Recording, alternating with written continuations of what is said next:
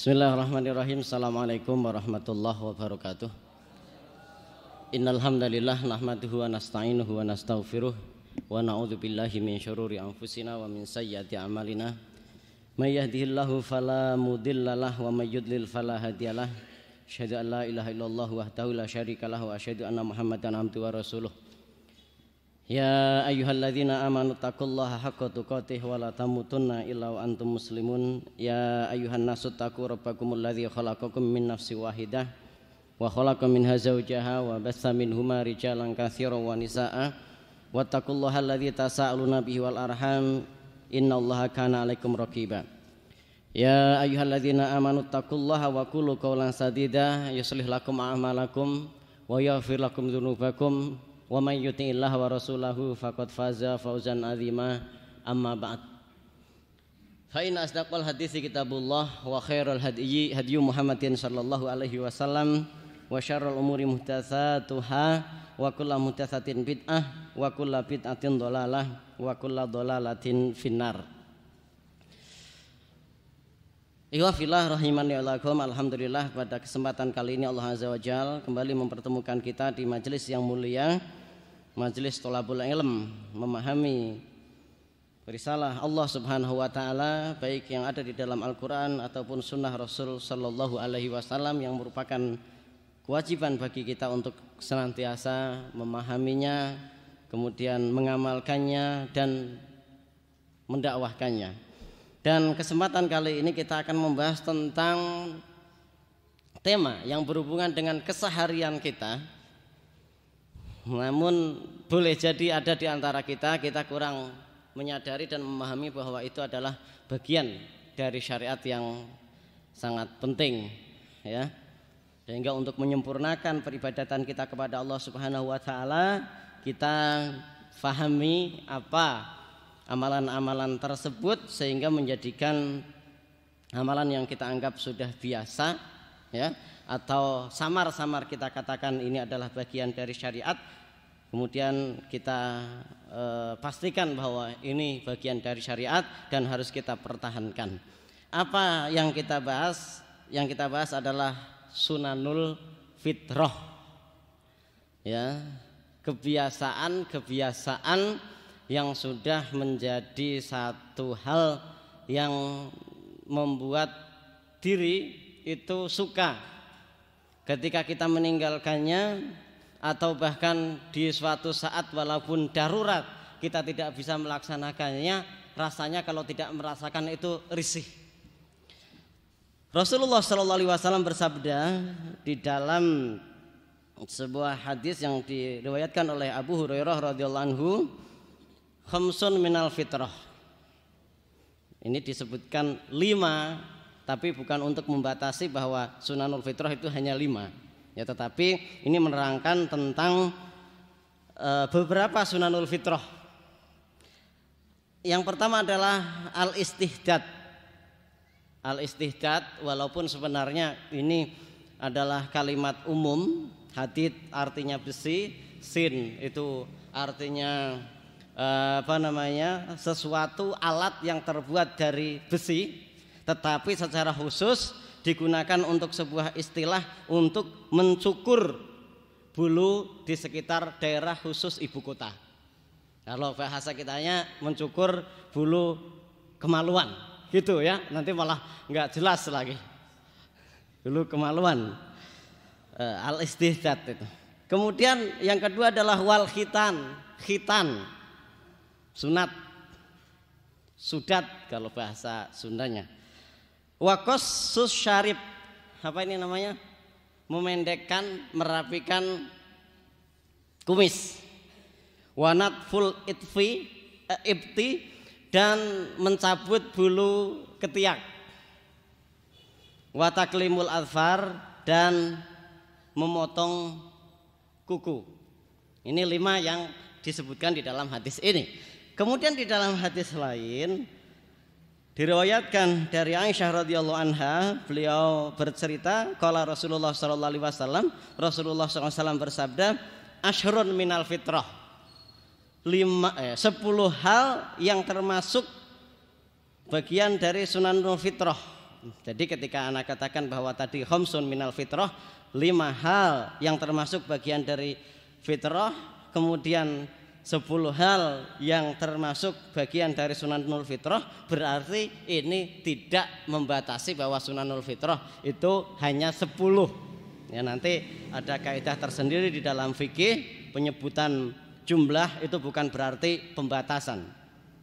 Yang pertama qasus syarib, tadi memendekkan dan merapikan kumis. Wa ifa'ul lihyah, apa? Membiarkan jenggot ini tumbuh. Ya. Kemudian wasiwak, siwak, gosok gigi, atau secara khusus yaitu menggosok gigi dengan kayu tertentu, ya, yaitu yang kita kenal sebagai ya kayu siwak. Wastinsyakul ma, apa ini namanya? Menghirup air ke hidung untuk membersihkan hidung. Ini enggak usah diajarkan, kalau seandainya apa namanya syariat tidak menentukan sekalipun itu sudah menjadi kebutuhan manusia. Wa qasul adfar, memotong kuku. Wa usulul barojim, menggosok secara khusus, menyela-nyela bagian-bagian yang ada persendian. Biasanya di persendian begini, ini kan tempat-tempat yang agak apa namanya? Pertama karena ada gesekan ya antara kulit satu dengan kulit yang lain, ini biasanya akan memberikan warna yang lain, yaitu warna gelap. Kemudian yang kedua, di situ karena bertemunya dua kulit dengan kulit sehingga sirkulasi udara itu kurang bagus, sehingga banyak bakteri yang ada di sana. Kemudian yang ketiga, daki, kotoran itu biasanya juga nempel di sana. Dan yang keempat, karena ini adalah merupakan pertemuan antara satu kulit dengan kulit yang lain, satu bagian tubuh dengan tubuh yang lain, kalau tidak digosok-gosok, ini boleh jadi kalau ngasal begitu saja, jebyur, apalagi ada orang itu yang diberikan satu kelebihan, baik jari-jari kaki ataupun jari-jari tangan itu lebih dempet daripada yang lain. Enggak, normalnya itu enggak seperti ini, tetapi ada yang model dempet. Kalau hanya jebyur enggak bisa masuk ke sana air itu. Makanya sunnah tersendiri untuk menggosok. Ini sunnah, bukan hanya sunanul fitrah, ya sunnah yang ada di dalam syariat Islam. Bahkan menurut Organisasi Kesehatan Dunia itu untuk menggosok tangan saja ada 6 langkah apa 9 langkah begitu ya.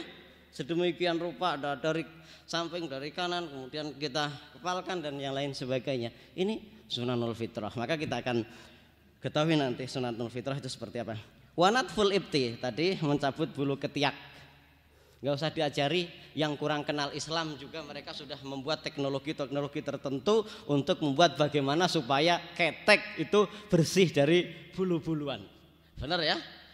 Ini yang mereka kurang paham pun sudah melakukan hal tersebut, karena ini sunanul fitrah, bawaan yang diberikan oleh Allah Subhanahu wa taala sebagai ghorizah, instinktif untuk manusia, kemudian ditetapkan sebagai syariat dan dijadikan pahala bagi mereka yang melaksanakannya. Oh, ini. Kemudian wahalkul anah, tadi sudah kita katakan, mencukur, membersihkan bulu-bulu di daerah-daerah khusus di daerah khusus ibu kota atau bulu kemaluan lah. Wantiqasul ma, yakni al-istinja, salah satu dari sunanul fitrah adalah bebersih atau cebok dengan air. Risih ya kalau orang itu enggak cebok. Tapi ada orang yang sudah rusak fitrahnya, dia enggak pakai, langsung dia masuk lagi, ada ya, karena dia sudah rusak fitrahnya.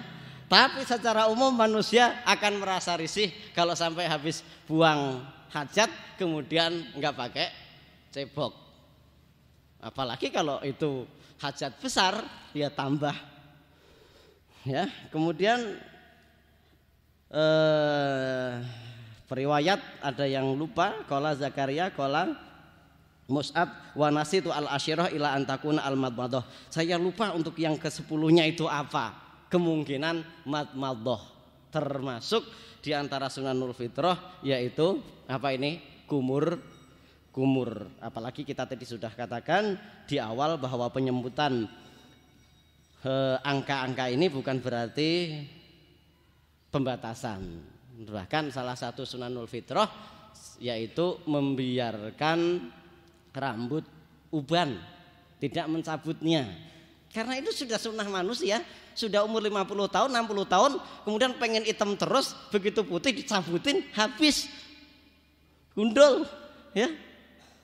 Oke lah kalau nggak mau semuanya putih boleh disemir selain warna hitam, kan begitu. Ini ada solusi semuanya di dalam Islam, dan ini menunjukkan bahwa Islam adalah agama yang sempurna, hadir karena kesempurnaan yang menurunkannya untuk manusia yaitu Allah Subhanahu wa taala. Baik, ihwafillah rahimani Allah yakum.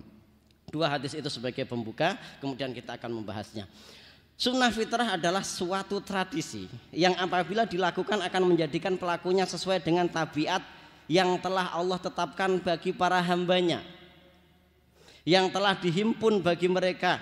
Allah menimbulkan rasa cinta, mahabbah terhadap hal-hal tadi di antara mereka, dan jika hal-hal tersebut dipenuhi akan menjadikan mereka memiliki sifat yang sempurna dan penampilan yang bagus.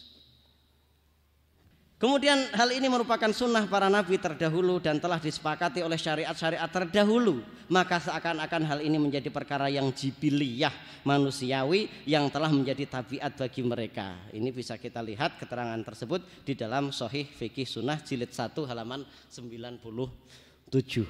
Ya, itu membuat orang lebih kelihatan lebih baik. Keteknya bersih, lebih bagus.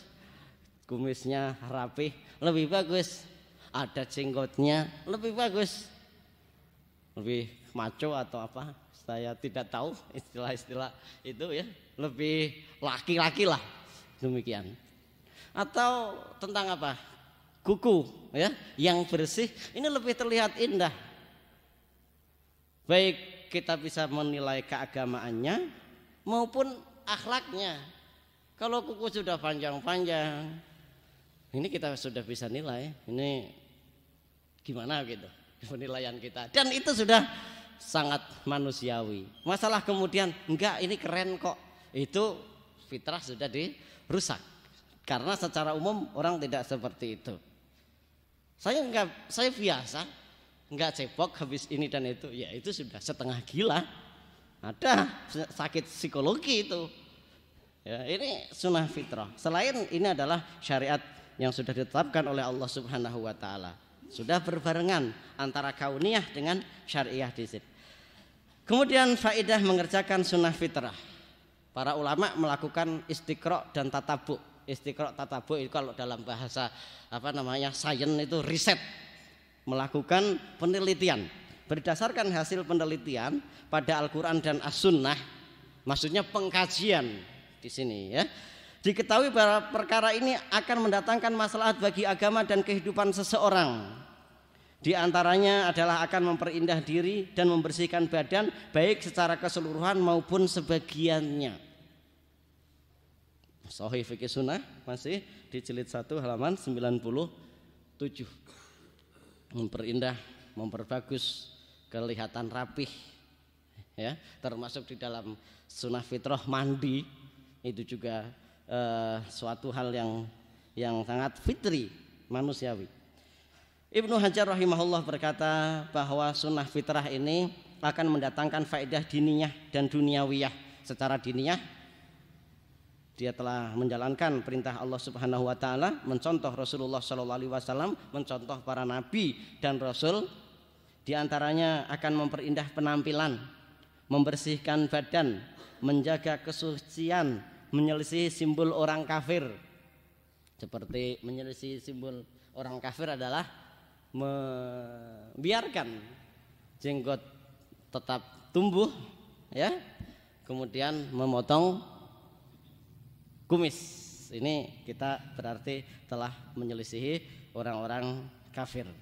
Dan melaksanakan perintah syariat ini yang lebih penting. Bisa dilihat di dalam kitab Taysirul A'lam yang disusun oleh Ibnu Hajar rahimahullah. Baik, untuk dalilnya tadi kita sudah baca ya, ada 5 macam fitrah: khitan, mencukur bulu kemaluan, memotong kumis, memotong kuku, dan mencabut bulu ketiak. Terus ada 10 macam fitrah, yaitu memotong kumis, memelihara jenggot, bersiwak, istinsyak, menghirup air ke dalam hidung, memotong kuku, membasuh persendian, tadi kita sudah bahas, mencabut bulu ketiak, mencukur bulu kemaluan, istinja maksudnya cebok dengan air, dan juga madmadah. Dan ini tidak dibatasi seperti mandi, kemudian membiarkan rambut uban tetap tumbuh, ini juga sunanul fitrah. Iwa fillah rahimani Allah wa iyyakum. Kita akan sedikit mengurai tentang satu persatu maksud dari sunanul fitrah tadi, satu persatunya, tapi flash ya. Yang pertama, mencukur bulu kemaluan. Yang dimaksud dengan bulu kemaluan di sini adalah bulu yang tumbuh di sekitar kemaluan. Sudah paham ya? Dinamakan istihdad asal katanya dari hadid, yaitu besi, karena hal ini dilakukan dengan sesuatu yang tajam seperti pisau. Dengan melakukan hal ini, tubuh akan menjadi bersih dan indah. Bandingkan aja sendiri. Dan boleh mencukurnya dengan alat apa saja, baik berupa alat cukur atau sejenisnya. Ini dikasih tahu antum sama pengarang kitab Al-Mulakhas Al-Fiqhi. Bisa pula dilakukan dengan memotong atau menggunting, mencukur habis, atau dengan mencabutnya. Sakit Pak Ustadz, mungkin teknisnya salah atau caranya yang salah. Sekarang teknologi sudah modern, entah caranya seperti apa. Tapi kalau memang kita belum tahu, jangan coba-coba ya, karena ini berbeda dengan rambut yang lain. Kalau dicabut nggak terlalu sakit, atau mencabutnya boleh pakai cukur, sudah tersedia di mana-mana sekarang, di swalayan ada, di toko-toko sekitar kita sudah ada. Yang kedua, tentang memotong kumis dan merapikannya, yaitu dengan memotongnya sependek mungkin. Ini masuk dalam pembicaraan yang cukup seru di antara para ulama, apakah boleh mencukurnya seperti halnya mencukur bulu kemaluan, katakanlah seperti itu, pakai jilet dan yang semacamnya. Ada yang mengatakan kalau dilihat dari bahasanya ini beda dengan mencukur, tetapi dia cukup memendekkan dengan apa, yaitu dengan gunting, begitu ya. Makanya di sini tidak dikatakan mencukur, tetapi memotongnya dengan sependek mungkin agar tetap ada kelihatan sisa-sisanya, biar lebih kelihatan cowoknya atau kelihatan lakinya, begitu. Dengan melakukan hal ini akan terlihat indah, rapi, dan bersih. Dan ini juga dilakukan sebagai pembeda dengan orang kafir. Tadi kita sudah sampaikan di dalam sebuah hadis. Nanti kalau sempat kita akan bacakan hadisnya ya. Kemudian yang ketiga, memotong kuku, yaitu dengan memotongnya dan tidak membiarkannya memanjang. Hal ini juga dilakukan dengan membersihkan kotoran yang terdapat di bawah kuku. Tujuannya juga kita bisa lebih mudah untuk membersihkan kotoran yang ada di bawah kuku. Dengan melakukan hal ini akan terlihat indah dan bersih, dan untuk menjauhi kemiripan tasyabuh dengan binatang buas yang memiliki kuku yang panjang. Ini manusia benar-benar diposisikan sebagai manusia oleh Allah Subhanahu wa taala. Islam diposisikan sebagai muslim dan mukmin sebagai hamba Allah Subhanahu wa taala, dibedakan dengan orang kafir. Manusia dibedakan dengan binatang. Tidak boleh memiliki kuku panjang yang itu seperti halnya binatang-binatang buas. Kayak sujud pun ditata sedemikian rupa, enggak boleh seperti halnya anjing kalau tidak salah ya, ketika dia duduk. Mencabut bulu ketiak, apa yang dimaksud, yaitu menghilangkan bulu-bulu yang tumbuh di lipatan ketiak, baik dilakukan dengan cara dicabut, digunting, dan lain-lain ya. Dengan melakukan hal ini tubuh akan menjadi bersih dan akan menghilangkan bau yang tidak enak yang disebabkan oleh keberadaan kotoran-kotoran yang melekat pada ketiak. Jadi pas kita bersihkan ini biasanya lebih mudah karena nggak ada yang bersembunyi dan nempel pada rambut. Apalagi mereka yang diberikan sebuah kelebihan oleh Allah Subhanahu wa taala memiliki bulu ketiak yang lebat. Dan biasanya bakteri ngumpul di sana, setelah bakteri banyak di sana baunya pun Masya Allah ya, ini dengan dibersihkan insya Allah akan menghilangkan bau yang tidak sedap tersebut dan lebih enak dipandang ya. Kemudian yang ke berapa tadi lanjutannya pokoknya ya, diberikan keterangan untuk beberapa hal tadi, baik memotong kumis, memotong kuku dan mencabut bulu ketiak. Apakah pada keempat sunnah fitrah di atas terdapat batasan waktu untuk memotongnya? Kapan? Ya. Keempat sunnah fitrah ini tidak dibatasi dengan waktu tertentu, tetapi batasan waktunya adalah sesuai kebutuhan. Kapan saja dibutuhkan, itulah waktu yang untuk membersihkan atau memotongnya. Jadi tidak harus menunggu hari Jumat seumpama.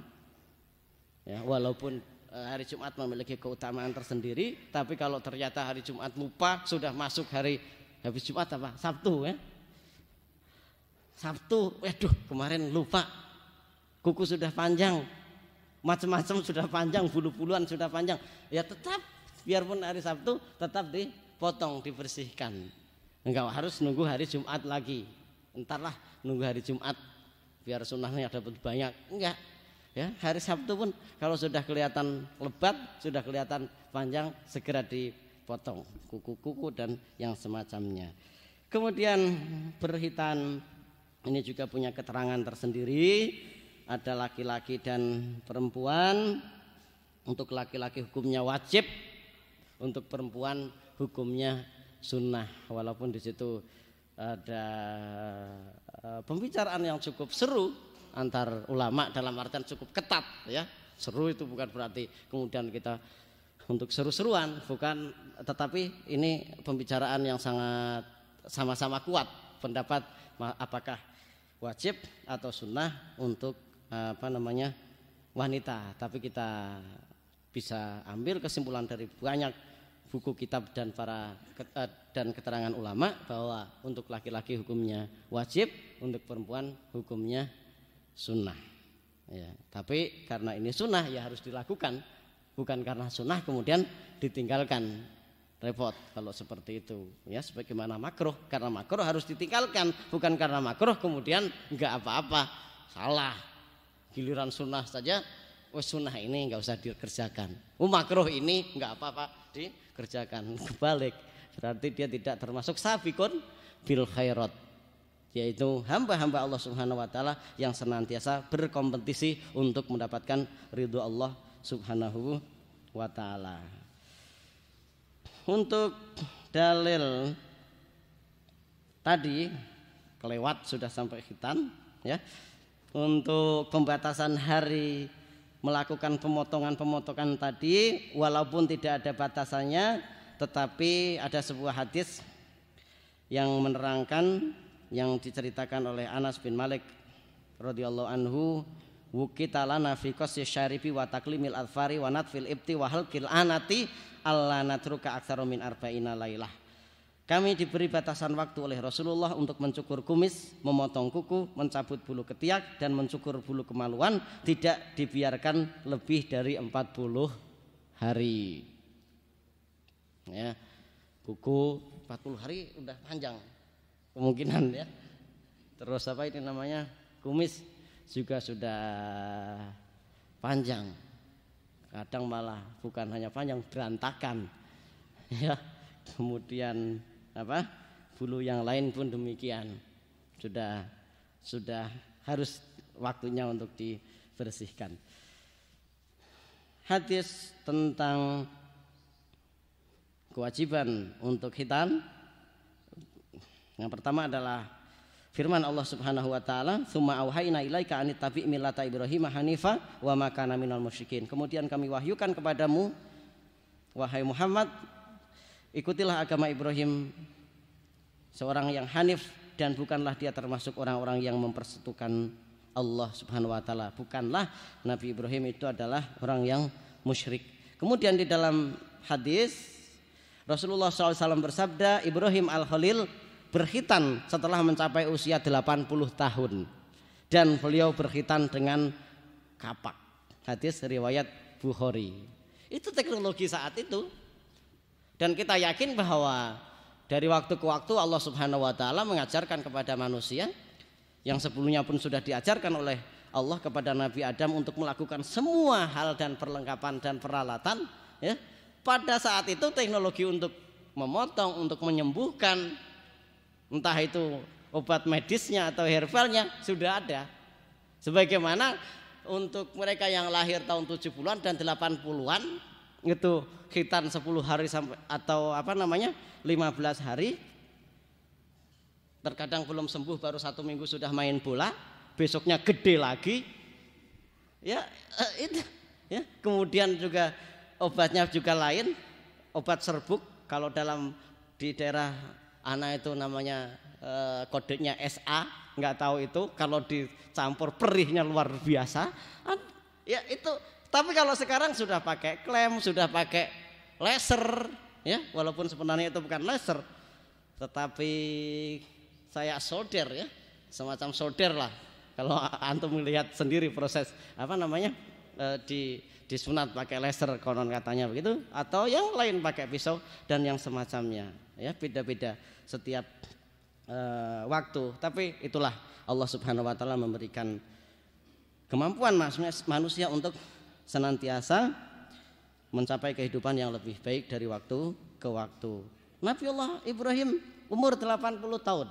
Perintah untuk sunat bukan berarti saya sudah 80 tahun enggak melaksanakan, tetap, ya. Ini juga menunjukkan mu'alaf yang masuk Islam dan belum sempat sunat saat itu, ya begitu masuk Islam dia sudah harus saat itu dia harus sunnah. Rasulullah SAW bersabda, alqi angka sya'rul kufri wahtatin, hilangkanlah rambut kekafiran yang ada padamu dan berkhitanlah.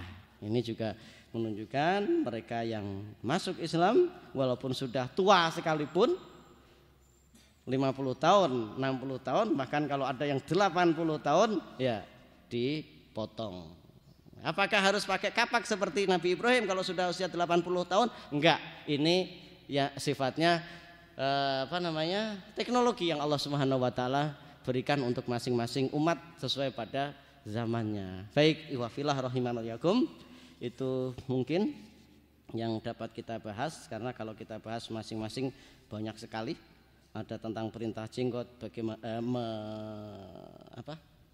memelihara jenggot, kemudian apa hukum memangkas jenggot, apa hikmah di balik itu dan yang semacamnya.